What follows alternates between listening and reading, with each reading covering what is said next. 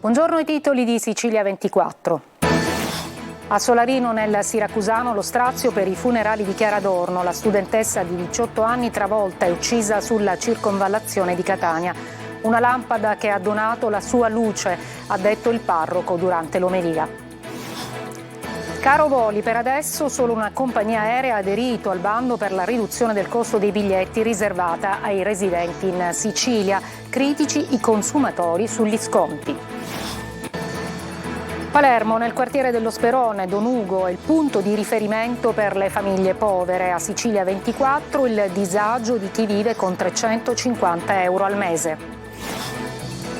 A Spadafora, nel Messinese, finalmente maturi, finito l'incubo per gli 11 studenti del liceo Galilei che hanno dovuto ripetere gli esami di Stato per il ricorso presentato da una compagna di classe. Catania, topi in via Ustica e sosta selvaggia a Ognina, sempre più le denunce di inciviltà che arrivano a ditelo al vostro TG. A Messina il musical The Record Cats al Teatro Vittorio Emanuele, l'irresistibile colonia di gatti umanizzati che cantano e ballano sulle rovine di Roma. Calcio, fra poco Palermo in campo al Barbera contro il Cittadella in Lega Pro, trasferta a Cerignola per il Catania. Sulla panchina rossa-azzurra ancora Michele Zeoli, martedì atteso l'arrivo di Lucarelli. Sempre in C, il Messina ospita il Latina.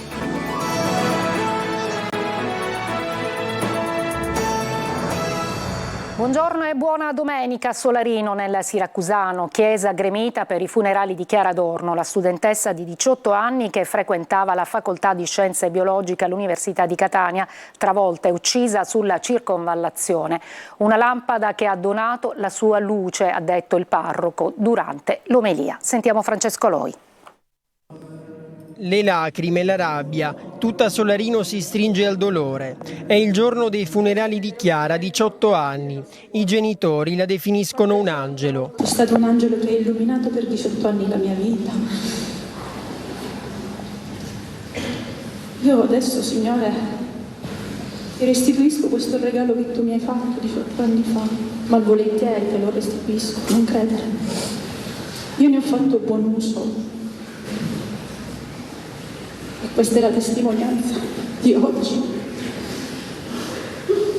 E sono sicura, Gesù, che tu ne farai un bene prezioso e lo metterai tra le cose più preziose perché lei merita questo. Da qualche settimana si era trasferita a Catania per studiare scienze biologiche ed è qui che martedì scorso ha perso la vita. Stava attraversando viale Andrea Doria sulle Strisce, mano nella mano con il fidanzato, quando prima uno scooter, poi un'auto l'hanno travolta. E Chiara era una fiaccola, Chiara è una lampada che ha brillato, ha donato la sua luce e lo ha fatto con quella saggezza che è propria del Vangelo. In chiesa madre gli occhi sono lucidi, i genitori, la sorella, il fidanzato. Il dolore è troppo grande per tutti, anche per chi non conosceva Chiara. La gioia dopo la maturità, il sogno di laurearsi, spezzati in una manciata di secondi. Nessuno poteva mai pensare che sarebbe tornata a casa così. Perché nei tratti di strada non si può camminare così forte. Finito il funerale, il dolore resta, una ferita nel cuore che non potrà mai rimarginarsi. Nel frattempo, la Procura di Catania continua le indagini. I conducenti dei due mezzi, 2 ragazzi, sono indagati per omicidio stradale. E dove tutto è accaduto, rimangono questi fiori. È stato già emanato ed è disponibile sul sito della Regione l'avviso pubblico per gli sconti sui biglietti aerei per i residenti in Sicilia, un provvedimento sul quale la Regione punta molto per abbattere i costi dell'insularità, ma che è già al centro di parecchie polemiche da parte dei consumatori. Maglio Viola. C'è la prima adesione ai biglietti aerei scontati da e per la Sicilia. A dire subito sì è la nuova compagnia aerea nata nell'isola, ma non c'è traccia al momento di adesioni da parte dei vettori primari, ovvero ITA e Ryanair. Tempo per aderire però ancora ne resta parecchio. È stato infatti pubblicato soltanto ieri sul portale della regione siciliana l'avviso esplorativo indirizzato alle compagnie per applicare uno sconto sul prezzo dei biglietti ai cittadini residenti in Sicilia e ridurre così gli svantaggi derivanti dall'insularità. Le categorie prioritarie per le quali la riduzione del biglietto arriverà al 50% sono gli studenti, i disabili con almeno il 67% di invalidità, i residenti con ISEE inferiore a 9.360 euro. Per tutti gli altri residenti lo sconto si fermerà al 25%.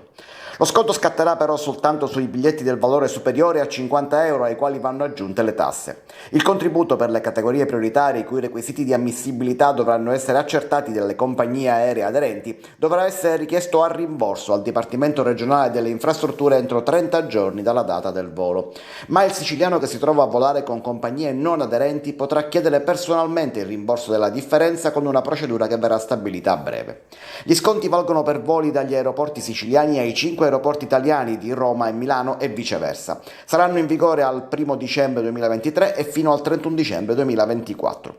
Ma sul provvedimento regionale montano le polemiche. Per il Codacons è insufficiente, tanto da parlare di prese in giro. Federconsumatori nutre molti dubbi sull'applicabilità, oltre che sul metodo e sul merito, e segnala che lo sconto vale soltanto per chi è residente in Sicilia, ma la maggior parte dei rientri per le feste riguarda siciliani immigrati che non risiedono più nell'isola.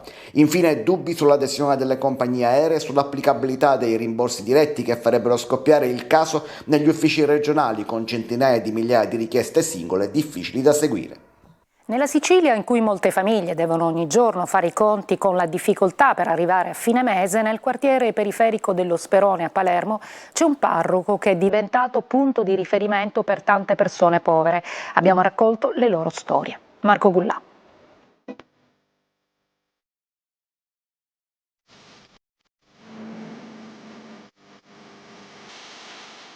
Questo è il quartiere Sperone di Palermo, periferia sud. Qui disoccupazione, criminalità e spaccio di droga sono tre fattori incisivi che compromettono la quotidianità.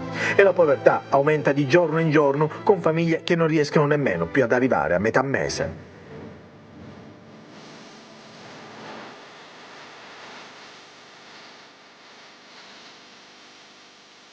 In questo quartiere il parroco della chiesa Santissima Maria delle Grazie dà un aiuto concreto a tantissime famiglie. Sicuramente il rischio di una bomba sociale, di un rischio di veramente grande povertà, di crisi, e l'aumento della delinquenza, di quella piccola, diciamo, dei piccoli furtarelli sicuramente, ma anche e soprattutto rischiamo di ingrassare quella filiera dello spaccio, quella parte finale della filiera dello spaccio che non ha niente a che fare con la mafia direttamente, che ad alti livelli sicuramente avrà i suoi interessi sulla droga, ma che poi è quella che concretamente opera sul territorio. Chiacchieriamo con quest'uomo disoccupato e una famiglia da sostenere. Innanzitutto io ho l'assegno unico da 378 euro.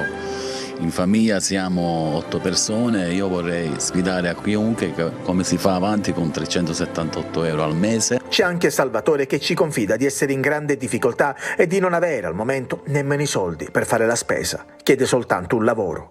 E campare la famiglia. Però non c'è, come ho visto, non c'è niente. Sperone, realtà grigia del capoluogo siciliano, dove spesso le istituzioni sono state assenti.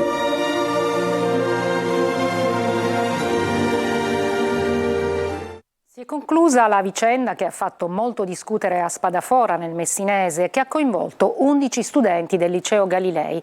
Per il ricorso presentato e vinto da una studentessa hanno dovuto ripetere l'esame di maturità. Simona Mazzona. Parliamo di Cicerone. In quale anno pronunciò le Catilinarie? Le Catilinarie, sì. Cicerone. No, che la so.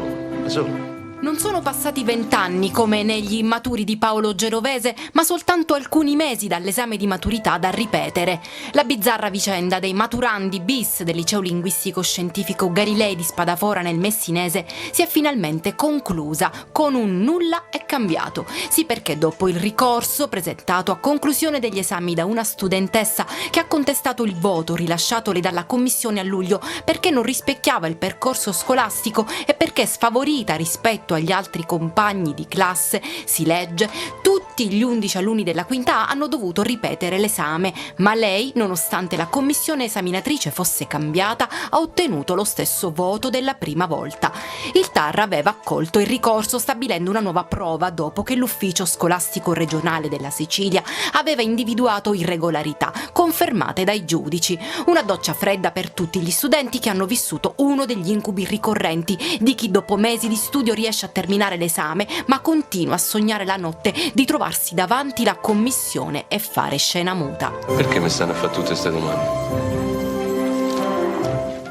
Dai topi di Via Ustica all'emergenza rifiuti, passando per la viabilità caotica e indisciplinata, tante le segnalazioni di voi telespettatori alla nostra rubrica Ditelo al vostro TG. Ci riassume tutto Tonino De Mana. Un faro acceso sulla città e sulle sue problematiche, dando voce ai telespettatori che attraverso le segnalazioni alla linea di WhatsApp 342 7455 005 possono denunciare e farsi portavoce dei tanti mali che affliggono Catania e i suoi quartieri. Dalle mega discariche di Librino, San Giorgio e Montepo, con i cittadini disperati che lamentano la totale assenza delle forze dell'ordine, puntando il dito contro la polizia municipale, ai topi di Via Ustica che ballano tra la spazzatura che lambisce le abitazioni di Trappeto Nord. Sono tanti, lo vedete in questo video amatoriale, ratti che si spostano in maniera confusa tra rifiuti alla ricerca di cibo, purtroppo abbondante, tra le strade di Catania. Sempre caldo il tema rifiuti, con diversi telespettatori che hanno denunciato lo stato di degrado di Via Playa, di Via Calliope e di Viale Fleming, sempre vittime di sacchetto selvaggio. A Ditelo al vostro TG, specie dopo i nostri servizi denuncia al cimitero che hanno indotto il sindaco trentino a chiedere scusa ai cittadini, in tanti hanno voluto sottolineare le condizioni di degrado del camposanto di Via Acquicella, a volte oggetto anche di furti di fiori e di rame. Proprio la caccia all'oro rosso sta lasciando al buio da tempo, troppo tempo, intere aree, e c'è chi segnala che la luce perpetua in alcuni casi manca addirittura da 2 anni. Altra nota dolente la viabilità, con numerose segnalazioni che arrivano per la cosiddetta sosta selvaggia, una consuetudine a macchie di leopardo in tutta la città, da Ognina al centro storico, per non parlare di Via Santa Sofia, dove a pagarne le conseguenze sono anche i mezzi di soccorso diretti al policlinico, con ambulanze costrette a farsi largo quando è possibile tra le auto incolonnate. C'è chi invece si interroga sul futuro di Palazzo Bernini o di Corso dei Martiri, perché a tutti in fondo stanno a cuore le sorti di Catania. Ci fermiamo, una breve pausa, torniamo con altri servizi.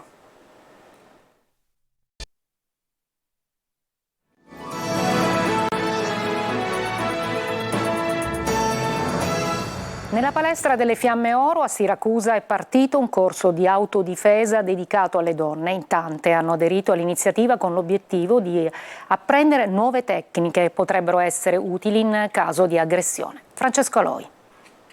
Il ring come luogo per apprendere le tecniche di autodifesa. Siamo nella palestra delle Fiamme Oro, nella periferia di Siracusa. Il maestro è un poliziotto. Abbiamo tantissime richieste, tantissime. Il corso si chiuderà con 25 iscritti, la prima fase, poi faremo una seconda fase. Tra le donne che hanno risposto all'iniziativa c'è tanta voglia di fare. Quelle insegnate qui sono mosse che potrebbero rivelarsi fondamentali in caso di aggressione. Questo corso si baserà innanzitutto sulla base del pugilato, l'autodifesa, l'attacco e il contrattacco. Così le ragazze magari o le madri o chi per loro si sanno difendere. I guantoni li ha donati il Rotary Club Siracusa Ortigia. 2 volte a settimana, il martedì ed il giovedì, qui si riunisce il gruppo che ha un solo obiettivo: apprendere. Abbiamo continue richieste di partecipazione, centri antiviolenza, personale degli ospedali, alunni, quindi sono veramente contenta perché in questo momento storico è necessario che noi donne possiamo avere la possibilità di difenderci. Il 2023 non è ancora finito e già le donne uccise sono più di 100. Casi di violenza che potrebbero essere evitati anche con queste tecniche di autodifesa. Naturalmente la denuncia resta sempre fondamentale. A Messina è arrivato Cats, il musical dei record firmato da Massimo Piparo al Teatro Vittorio Emanuele. Tanti applausi. Francesco Triolo.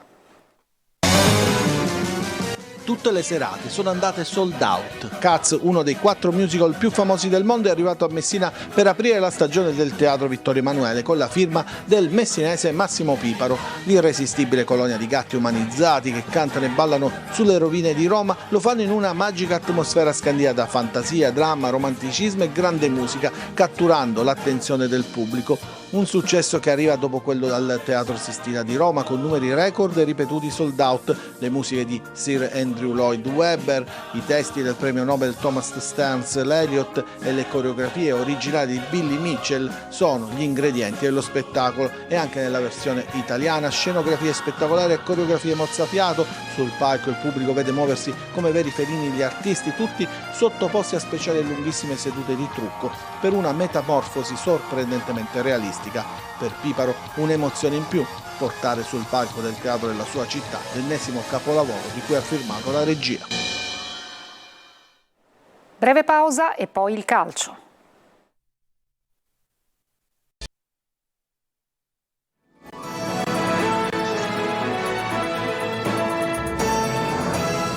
Per il calcio, Palermo in campo oggi pomeriggio alle 16:15 contro il Cittadella prima della sosta di campionato. Corini chiede alla sua squadra una vittoria. Marco Gullà. Alla ricerca della continuità. Dopo la vittoria sul Brescia, il Palermo oggi pomeriggio chiede strada anche al Cittadella per consolidare il terzo posto prima della sosta e rimanere quindi agganciato al treno delle prime. Al Barbera non sarà una partita semplice, e quale lo è in Serie B. Il Cittadella è formazione solida e intelligente, servirà una grande prestazione, come ha detto lo stesso Eugenio Corini, che per oggi non sarà in panchina perché squalificato. Mi attendo una continuità sull'atteggiamento, sulla voglia di fare delle cose fatte bene insieme, quello che per me serve. Questo è un campionato complicato, lungo, difficile, dove ci sono varie fasi e la capacità è quella di starci dentro, e la squadra per me ha dimostrato questo col Brescia, quello di cui avevamo bisogno in quella partita, e sappiamo e abbiamo piena consapevolezza di affrontare un avversario, uno dei più complicati in Serie B, perché certifica le caratteristiche che ci vogliono in Serie B a livello proprio di intensità, di aggressività, di coraggio. Dunque è un test molto importante. Il Palermo cercherà di sfruttare le debolezze dell'avversario in trasferta. 5 punti conquistati, penultimo rendimento della categoria. Corini in avanti dovrebbe dare spazio a Di Mariano dal primo minuto assieme a Brunori e Mancuso. A centrocampo si va verso la conferma del trio composto da Stulaz, Gomez e Koulibaly. In difesa Marconi al posto dell'infortunato Ceccaroni, Lucioni, Lium e Matteo a completare il reparto. Si inizia alle 16:15. Oggi il Cerignola, martedì Lucarelli, manca solo l'ufficializzazione dell'accordo con il tecnico, ma il Catania sa di non poter sbagliare sul campo dei pugliesi. In palio punti pesanti per la classifica. Marco Carli. Sempre doppio fronte in casa Catania. Prima di tutto la questione allenatore, con Lucarelli pronto a sottoscrivere l'accordo di 2 anni e mezzo. Possiamo dire che ci siamo. Si discute sui componenti dello staff. Inoltre c'è anche la risoluzione che il nuovo tecnico deve portare a termine con la sua vecchia squadra, la Ternana. L'appuntamento in tal senso è fissato per lunedì, e così martedì l'allenatore potrà essere a Catania. Tornando all'accordo fra la società di Pelligri e Lucarelli, come vi abbiamo anticipato, la seconda offerta fatta pervenire ieri contempla cifre più alte, e dunque la dimostrazione del fatto che il Catania ha voluto il tecnico livornese, ma c'è anche la clausola che consentirebbe al club l'opzione, non necessariamente utilizzabile, di rinunciare alla prosecuzione del contratto per il 2025-2026, pagando però parte dell'ingaggio per la stessa stagione, un'opzione esercitabile qualora il Catania non arrivi nei primi 3 posti a fine campionato 24-25. Ma la volontà dell'allenatore nel scegliere il Catania c'è tutta, anche con i rischi annessi. Come detto, ci siamo quasi. La squadra invece prova a pensare a tutt'altro, come chiesto da Zeoli. Se sarà facile farlo lo scopriremo a Cerignola oggi pomeriggio. Il tecnico ha portato con sé 21 giocatori e dovrebbe aver sciolto le riserve per quanto riguarda alcuni ballottaggi. A destra in difesa, ad esempio, dovrebbe andare Rapisarda, con Silvestri e Lorenzini in mezzo e Castellini preferito a Mazzotta sulla sinistra. Al centro Quaini con Zammarini e Rocca, in attacco pronti a rientro Bocic e Chiricò a supporto di Sarao. Cerignola-Catania sarà come sempre seguita da Telecolor, lunga diretta a partire dalle 18, collegamenti dallo stadio e commenti da studio fino al post-gara con le interviste ai protagonisti del match fra pugliesi e rossazzurri. Oggi, con inizio alle 16:15, il Messina riceve al Franco Scoglio la visita del Latina. La squadra di Modica insegue la vittoria che manca da 5 turni. Tra i titolari assenti Ortisi e Ferrara. Sergio Colosi. Polito e Tropea sono le scelte in difesa di Giacomo Modica per la sostituzione degli assenti Ortisi squalificato e Ferrara ancora infortunato come Luciani, che non è stato convocato. L'alternativa è Pacciardi con Polito dirottato a sinistra. Fumagalli in porta, lì a destra e Manetta al centro completano il reparto. A centrocampo ancora panchina per Firenze. Giocano Franco in mezzo, Frisenna e Scafetta ai lati. Attacco pesante senza under con Plescia e Mausso e Ragusa. Uomini e ruoli nel 4-3-3 del Messina, atteso oggi al Francoscoglio dal Latina per il primo crocevia in campionato. 3 punti pesanti per le rispettive classifiche, i giallorossi per non diventare anche quest'anno ospiti a tempo indeterminato della zona play-out e i laziali privi del bomber Fabrizi per migliorare il 7° posto. La formazione di Motica nel guardarsi dietro trova insicurezza e paure con 2 pareggi nelle ultime 5 giornate e la seconda e ultima vittoria a metà ottobre, mentre proiettandosi avanti si accorge che a novembre l'impegno più abbordabile sembra sulla carta proprio quello di oggi. Premesse di una gara che Modica ha provato senza successo a non caricare, ma il cui peso specifico è facilmente intuibile. È tutto per questa edizione, grazie per l'attenzione e buona domenica.